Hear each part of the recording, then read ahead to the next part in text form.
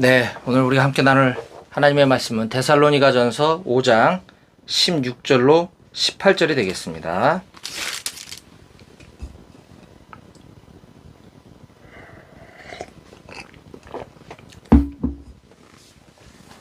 오늘 함께 나눌 하나님의 말씀은 데살로니가전서 5장 16절로 18절입니다. 성경 있으신 분들은 함께 찾아 읽어주시기 바라고, 오늘 본문 말씀은 특별히 영어와 한글을 같이 읽도록 합니다. 한글로 먼저 읽고 그 다음에 영어로 읽도록 할게요. 같이 읽겠습니다. 시작. 항상 기뻐하라. 쉬지 말고 기도하라. 범사에 감사하라. 이것이 그리스도 예수 안에서 너희를 향하신 하나님의 뜻이니라. Be joyful always, pray continually, give thanks in all circumstances, for this is God's will for you in Christ Jesus. 아멘, 아멘. 네. 오늘 우리가 특별히 한글과 영어로 찬양도 부르고 오늘 말씀도 한글과 영어로 같이 읽어보았어요.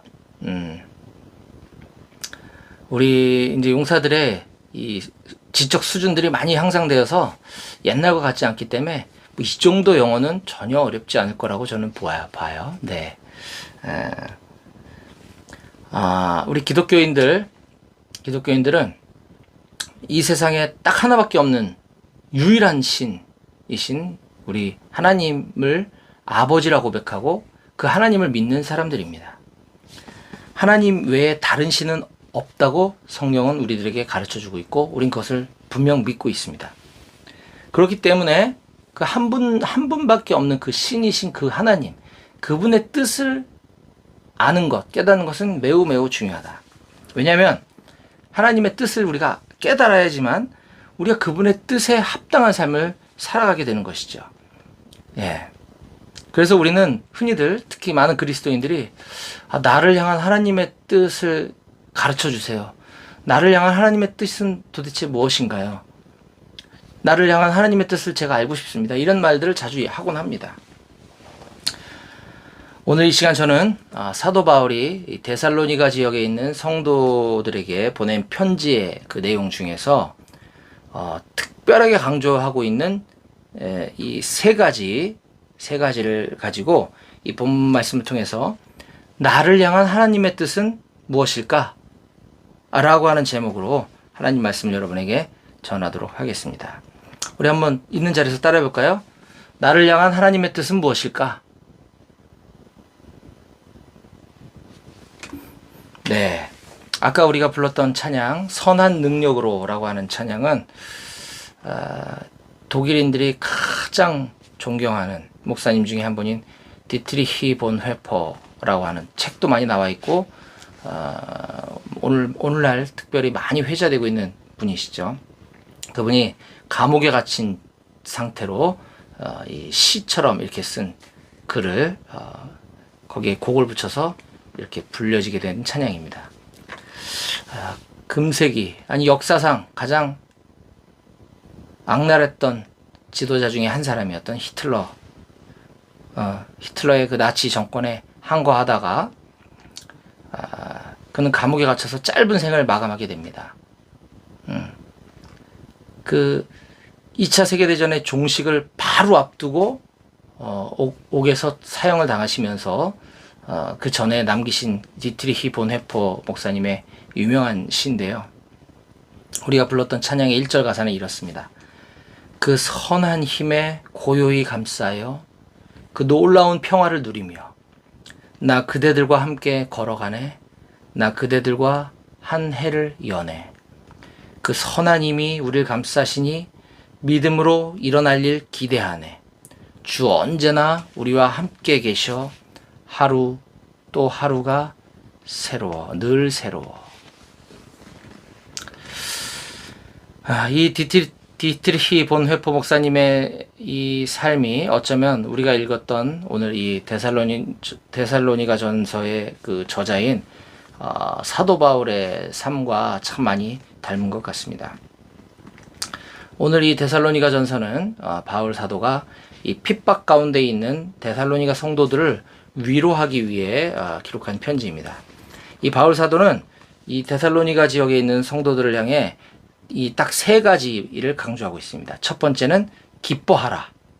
두 번째는 기도하라. 세 번째는 감사하라입니다. 그런데 그것도 그냥 단순히 기뻐해라, 기도해라, 감사해라가 아니라 그 앞에 각각 서로 다른 부사어를 써서 그것을 강조하고 있는 것을 볼 수가 있죠. 기뻐하는데 어떻게 기뻐하느냐? 항상 기뻐하라. 기도하는데 어떻게 기도하느냐? 쉬지 말고 기도하라. 감사하는데 어떻게 감사하냐? 범사에 감사하라는 것이죠. 이와 같은 바울 사도의 가르침은 비단 데살로니가 지역에 있는 그때 당시 사람들에게만 필요했던 말씀은 아닌 것 같습니다. 저는 오늘 이 시간 저와 여러분들에게 하나님께서 말씀하시는 이 동일한 세 가지 강조점에 대해서 말씀을 나누려고 합니다. 자, 첫 번째부터 함께 살펴보도록 합니다. 자, 첫째, 항상 기뻐하라입니다. 항상 기뻐하라. 바울 사도는 특히 신약 성경의 상당수를 바울 사도가 기록했죠. 바울 사도가 기록한 이 많은 서신서들, 이 성경 말씀들 속에서 바울이 반복적으로 많은 곳에서 강조하고 있는 것은 바로 기뻐하라입니다. 그 중에서도 특히 옥중 서신으로 잘 알려진, 아까 디트리히 보네퍼 목사님이 감옥에서 이 시를 썼던 것처럼 바울 사도도 감옥에 갇혔을 때 그 감옥에서 쓴 편지 글로 그 옥중 서신이 네 가지가 있는데 그 중에 빌립보서 말씀에 보면 이런 표현들이 자주 등장하는 것을 볼 수 있습니다. 제가 빌립보서 2장 17절 18절 말씀을 여러분들께 한번 읽어드려 볼게요. 빌립보서 2장 17절 18절입니다. 만일 너희 믿음의 재물과 섬김 위에 내가 나를 전제로 드릴지라도 나는 기뻐하고 너희 무리와 함께 기뻐하리니 이와 같이 너희도 기뻐하고 나와 함께 기뻐하라. 아멘. 놀랍지 않나요? 이 두 절밖에 안 되는 짧은 구절 속에 바울은 무려 4번이나 이 같은 말을 반복하고 있습니다. 예. 오늘날 같은 말 한 소리 또 하고 한 소리 또 하고 하면 되게 짜증나고 지겨워하잖아요. 그만큼 중요하기 때문 아닐까요? 만일 너희 믿음의 재물과 섬김 위에 내가 나를 전제로 드릴지라도, 이 말은 뭐냐면 너희들의 믿음의 그 재물, 제사의 재물의 그 섬김 위에 내가 나를 불태워서 너희들의 믿음의 재물을 더 활활 타오르게 내 몸을 불사르게 내어줄지라도 나는 기뻐하고 너희 무리와 함께 기뻐하리니 이와 같이 너희도 기뻐하고 나와 함께 기뻐하라 라고 하는 말씀입니다. 지금 감옥에 있는 바울 사도가 이 얘기를 하고 있는 거예요. 같은 빌립보서 3장 1절 말씀에 끝으로 나의 형제들아 주 안에서 기뻐하라. 마지막으로 또 얘기한다. 내가 너희들에게 주 안에서 기뻐하라. 빌립보서 4장 4절 주 안에서 항상 기뻐하라. 내가 다시 말하노니 기뻐하라. 끝으로 기뻐하라고 해놓고 또 그 다음에 또 주 안에서 항상 기뻐하라. 내가 또 다시 얘기한다. 기뻐해라. 왜 이렇게 기뻐하라고 할까요? 자꾸만.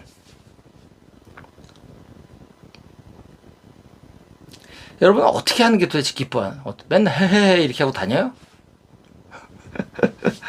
우리 기독교인들만의 그 특유한 분위기가 있어요. 교회 오빠라는 말 쓰죠. 밖에서 딱 보면 교회 오빠 같이 생겼어 이런 말들 하잖아요. 뭐 여러 가지를 함축하고 있는 것 같은데 기독교인들은 이렇게 베어져서 우러져서 나오는 이 기쁨의 미소가 있는 것 같아요. 저는 분명 그것이 참된 미소라고 생각하지만 때로는 우리가 이제 이 기쁨 이런 것들 특히 사역할 때 많이 이야기하기 때문에 늘 찬양할 때도 이렇게 이게 밝은 미소로 찬양을 해야 된다고 가르치고 그래야 되니까 이거 어떻게 하면 웃으면서 찬양을 부를까? 그래서 막 즐거웠던 추억들을 막 떠올리고 막 이렇게 좋았던 기억들을 막 떠올리면서 이렇게 찬양을 했던 적도 있는 것 같아요. 근데 바울사도가 얘기하는 기뻐하라는 건 과연 그런 걸까요? 우리에게 있었던 일들을 떠올리면서 즐거웠던 일, 그래 우리 애가 처음에 태어났을 때 나 참 좋았었지, 이런 거 생각하면서 찬양하면서 이렇게 미소 지으면 그게 기뻐하는 건가요? 아닌 것 같아요. 바울사도가 원하는 기뻐하라, 항상 기뻐하라는 그런 의미가 아닌 것 같습니다. 그럼 도대체 어떻게 하는 게 항상 기뻐하는 거죠? 그거에 대한 답은 놀랍게도 우리 예수님께서 가르쳐 주시고 계십니다. 우리 요한복음 15장 9절 한번 볼까요? 요한복음 15장 9절로 12절 말씀해 보면 예수님께서 이렇게 가르쳐 주고 계십니다. 아버지께서 나를 사랑하신 것 같이 나도 너희를 사랑하였으니 나의 사랑 안에 거하라. 내가 아버지의 계명을 지켜 그의 사랑 안에 거하는 것 같이 너희도 내 계명을 지키면 내 사랑 안에 거하리라. 자, 이제 중요합니다.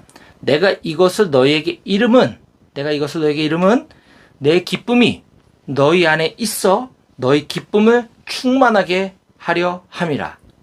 내 계명은 곧 내가 너희를 사랑한 것 같이 너희도 서로 사랑하라 하는 이것이니라. 아멘. 예. 예수님이 지금 항상 기뻐하라는 게 뭔지, 어떻게 하는지에 대해서 명쾌하게 우리에게 가르쳐 주고 계신 장면이에요. 내가 이것을 너에게 이름은 내 기쁨이 너희 안에 있어서 너희 기쁨을 충만하게 하기 위함이야. 뭘 얘기한 거죠? 그 앞에 있죠? 내 아버지께서 나를, 예수님을, 하나님께서 예수님을 사랑하신 것 같이 나도, 예수님도 우리를 사랑하였으니 나의 사랑 안에 거하라. 예수님이 우리를 사랑하셨으니 예수님 사랑 안에 거하라.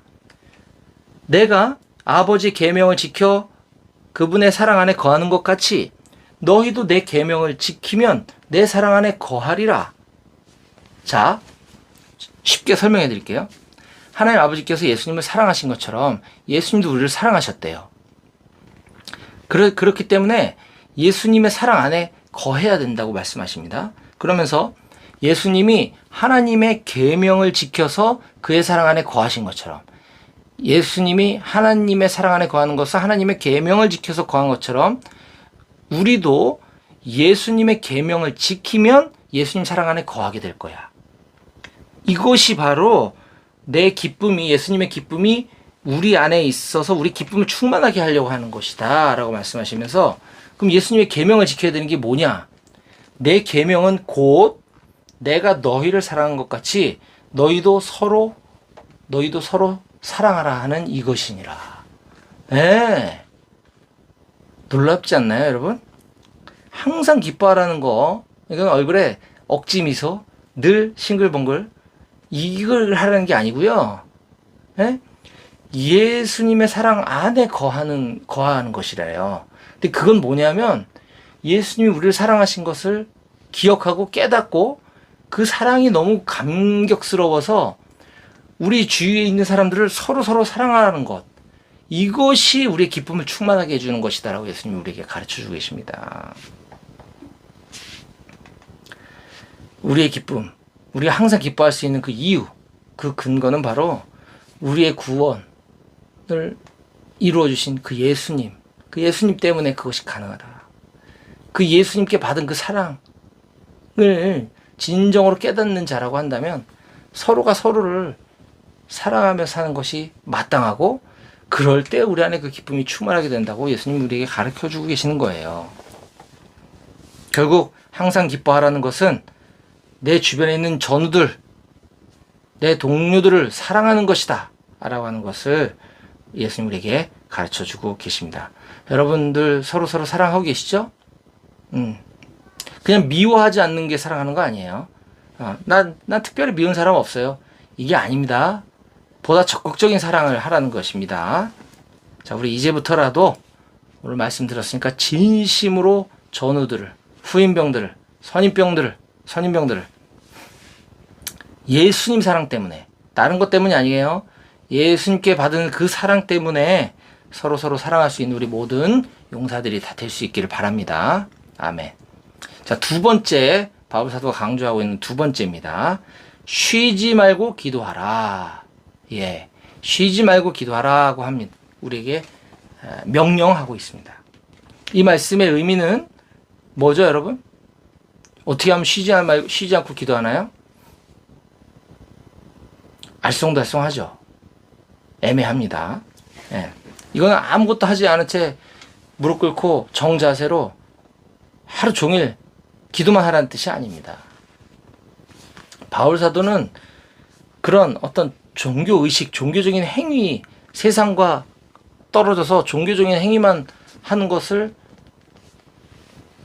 별로 좋게 여기지 않았던 분이에요.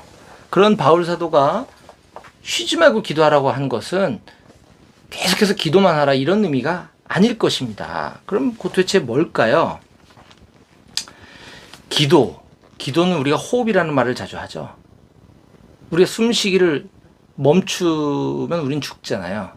근데 우리가 늘 호흡을 의식하면서 늘 이렇게 하면 살아가나요? 아니죠. 그냥 자연스럽게 나도 모르게 우리는 호흡을 하고 있는 거예요. 맞죠? 마찬가지입니다. 기도는 우리 그리스도인들의 그냥 삶이에요. 그냥 삶. 그렇다고 내가 기도도 안 하면서 기도를 나는 하고 있다라고 해서 안 되는 것이죠. 호흡은 내가 하는지 모를 뿐이지만 우리는 호흡을 하고 있는 거지. 기도는 내가 하고 있는지 안 하고 있는지 내가 모르게 기도를 할 수 있나요? 아니죠. 따라서 이 말씀은 우리의 일상적인 삶 속에서 주님이 나와 늘 함께 계신다고 하는 사실을 믿는 데서부터 출발합니다. 여러분들 삶 가운데 평소 매일매일 여러분들 곁에 예수님 계시다고 하는 사실을 여러분들 믿으시죠? 아멘. 지금 이 시간 온라인으로 예배 드리는 이 시간에도 지금 여러분들 각 사람 곁에 예수님 함께 계신다고 하는 사실 믿으시나요? 아멘이시죠? 네. 그렇다고 한다면 우리는 예배를 비록 서로 보이진 않아도 온라인상에서 드리는 예배를 할지라도 우리의 자세나 우리의 마음가짐이나 이런 것들이 우리는 흩어뜨려질 수 없는 상황인 것입니다. 지금 이 시간에도 우리는 전심을 다해 예배하고 계시는 여러분들일 줄 저는 믿습니다. 네. 이처럼 지금 이 순간에 늘 나와 함께하고 계시는 예수님, 교육훈련 중이나 작업간이나 무엇을 하든지 주님 늘 내 곁에 계신다라고 하는 사실을 인식하는 데서부터 출발하는 것입니다. 하지만 문득문득 저도 마찬가지고요. 우리는 매일매일 매 순간마다 이 예수님 내 옆에 있다는 것을 때론 잊고 지낼 때가 많아요. 그래서 자꾸 말 실수도 하게 되는 것이고요. 말로 남한테 상처 주기도 하는 거고요. 막 우리가 이 짜증나고 막 이 낙심할 때도 인기 마련인 것 같아요. 하지만 우리가 보다 더 적극적으로 늘 주님을 기억하며 살아가는 저와 여러분들 되시기 바랍니다. 여러분들 지난 한 주 동안 얼마나 자주 우리 예수님을 의식하며 살아가셨나요?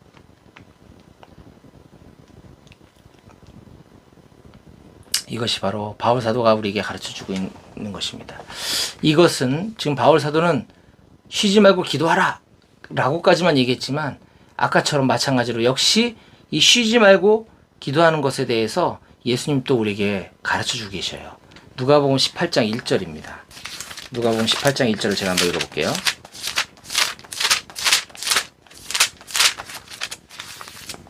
네. 예수께서 그들에게 항상 기도하고 낙심하지 말아야 할 것을 비유로 말씀하여 이르시되. 예. 항상 기도하고 낙심하지 말아야 될 것을 비유로 말씀해 주고 계신 장면이 누가복음 18장에 나옵니다. 시간 나실 때 꼭 읽어보시기 바라고.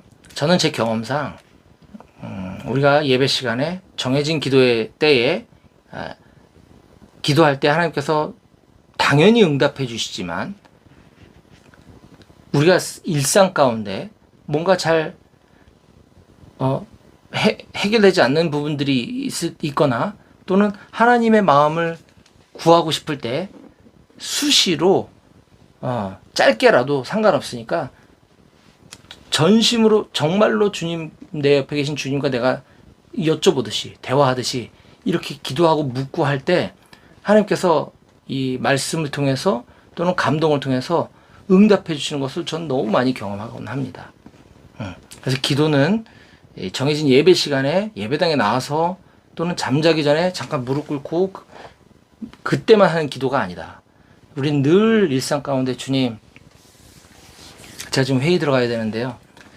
주님 저에게 이 제 입에 지혜를 주십시오. 그리고 제가 제 말 실수로 인해서 제가 주님 믿는 사람인데 주님의 제자인데 제가 이 동료들에게 예수님을 욕보이지 않게 도와주세요. 제 말에 지혜를 더해주세요.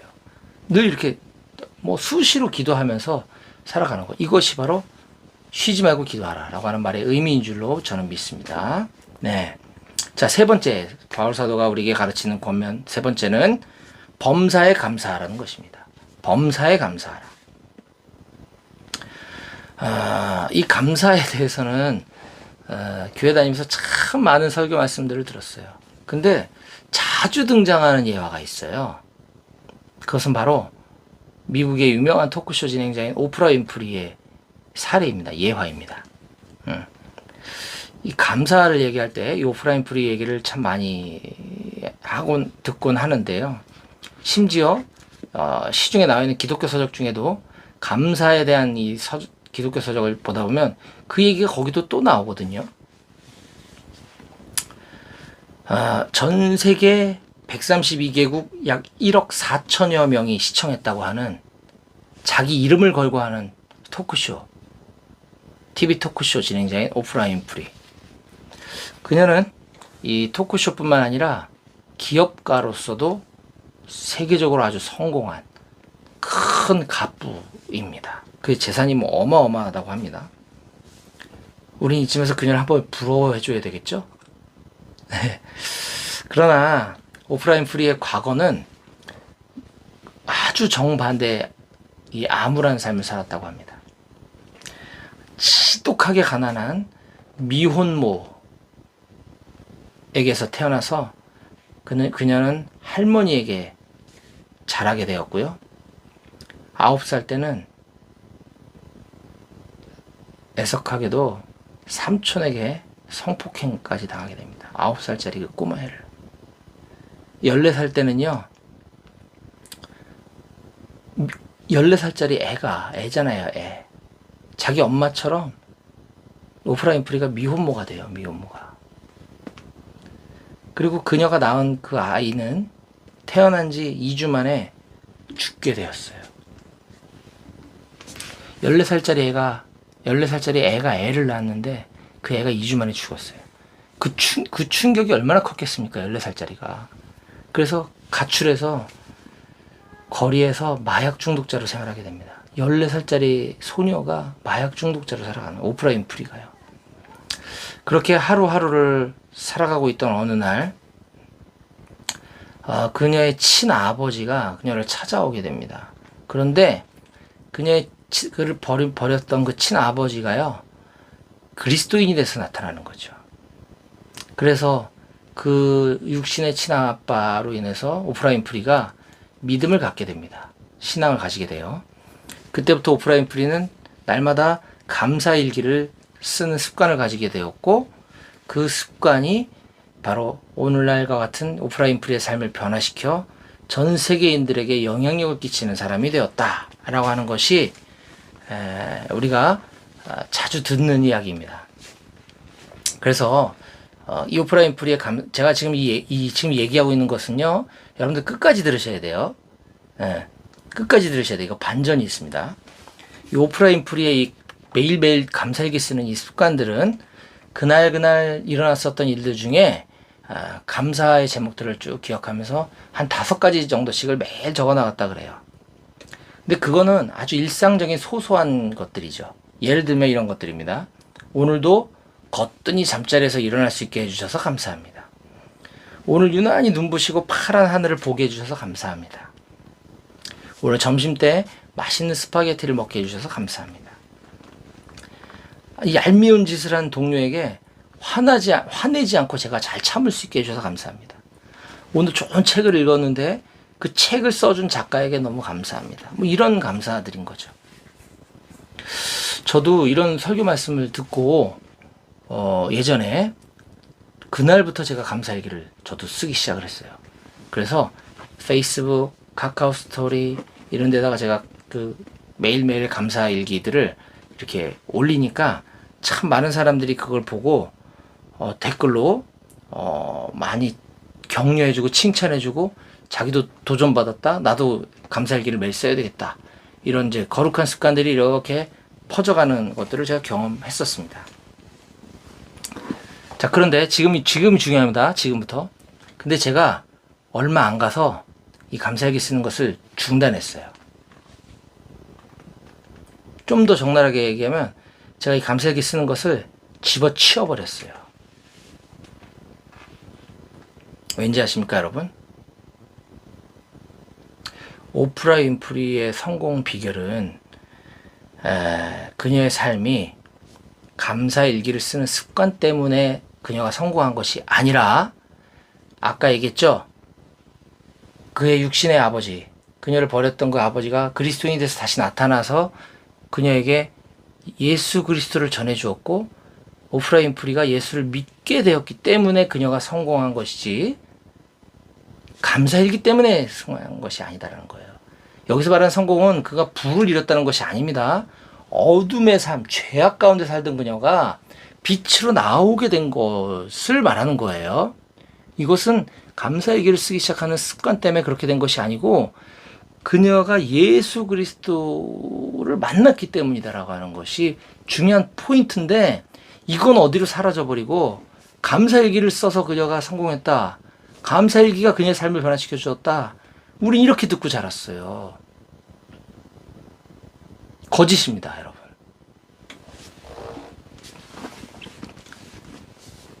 이런 가르침은요, 지금 이 시대에도, 이 순간에도 수많은 기독교적인 교육을 하는 곳이나 기독교 대안학교나 미션 스쿨이나 수많은 예배당에서 설교 말씀의 예화로 이것이 등장을 하는데요.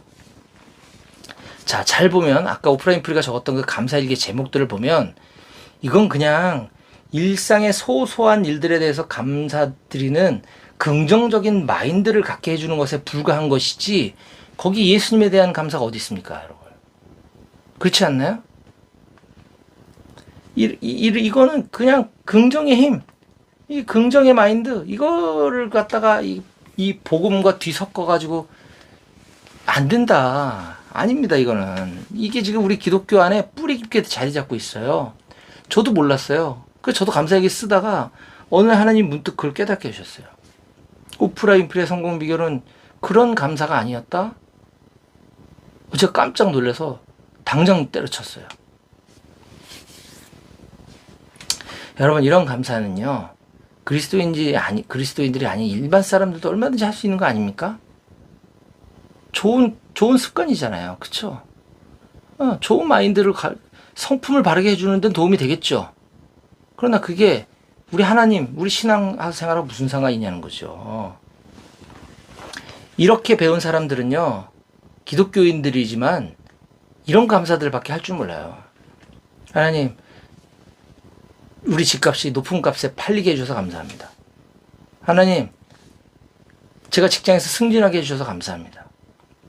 하나님, 우리 애가 이번에 좋은 학교 들어가게 해주셔서 감사해요.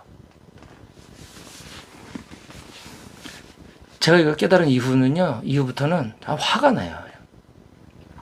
그러면 우리 애가 대학교 떨어지면 하나님께 원망할 겁니까, 여러분?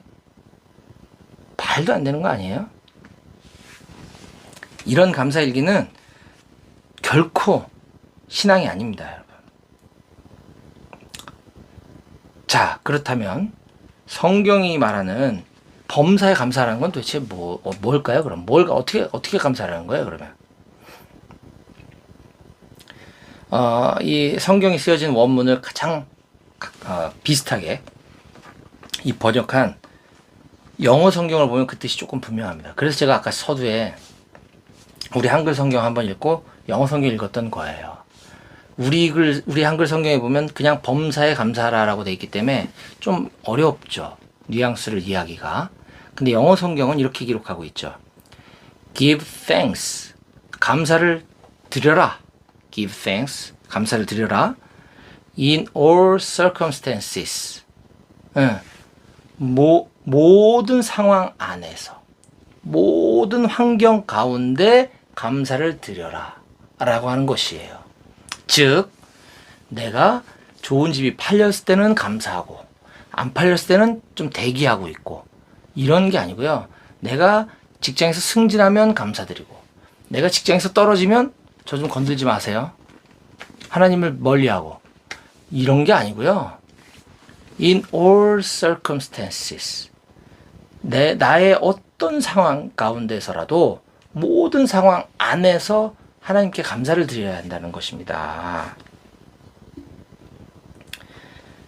예수님이 나와 함께 하시는 것 때문에 감사하는 거죠. 예수님이 나의 구주가 되어주신 것에 대해서 감사하는 거죠. 하나님이 내 아버지 되신 것에 대해서 감사하는 거죠. 그것은요, 우리의 상황이 어떠하든 상관이 없는 것입니다. 우리 지금 코로나로 인해서 1년이 넘도록 이 어렵고 힘든 시간들을 지내고 있어요. 이 시기에 감사할 것들이 감사하기가 좀 쉽지 않겠죠. 하지만 우리 아까 바울 사도를 생각해 봅시다. 그는요, 복음을 위해서 복음을 전하다가 돌에 맞아서 죽을 뻔했고, 심지어 죽은 줄 알고 사람들이 돌로 치다가 죽은 줄 알고 떠나간 다음에도 뻘떡 일어났던 사람인데, 감옥에 갇히고 매질을 당하고, 그런 바울이 아까 봤죠? 기뻐하는 거, 감사하라고 하는 거죠. 어떤 상황 때문에 우린 감사하는 것이 아닙니다. 물론 그런 건 당연히 감사해야죠. 그건 당연히 그런 것도 하지 말라는 게 아니고요. 그건 아주 기본의 기본도 안 되는 것들이고, 우리의 정말 감사의 이유는 바로 예수님, 구원, 영생, 이것이 우리의 감사의 이유가 되어야 된다 하는 것입니다. 항상 어떤 상황이 있든지.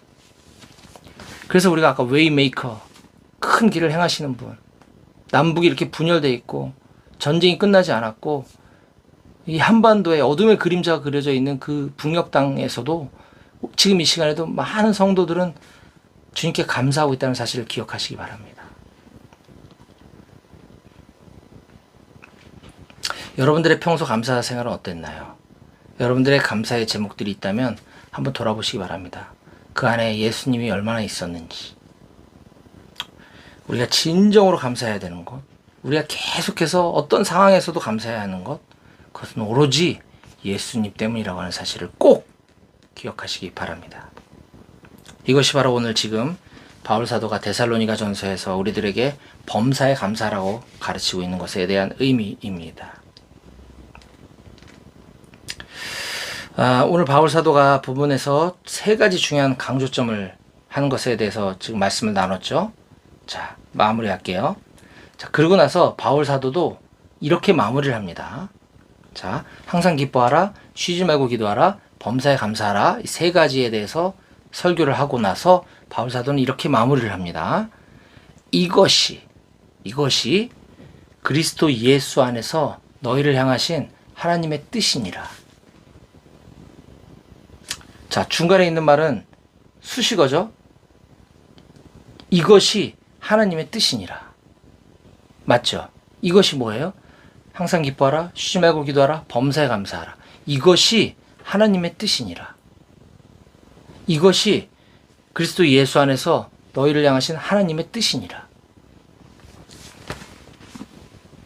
여러분, 우리가 예수님의 사랑 때문에, 예수님 사랑 안에 거할 때 우리는 주변 사람을 사랑하는 것이 마땅하고, 그것이 우리의 기쁨이 되는 것, 그것이 우리의 항상 기쁨이 되는 것 중요하고요.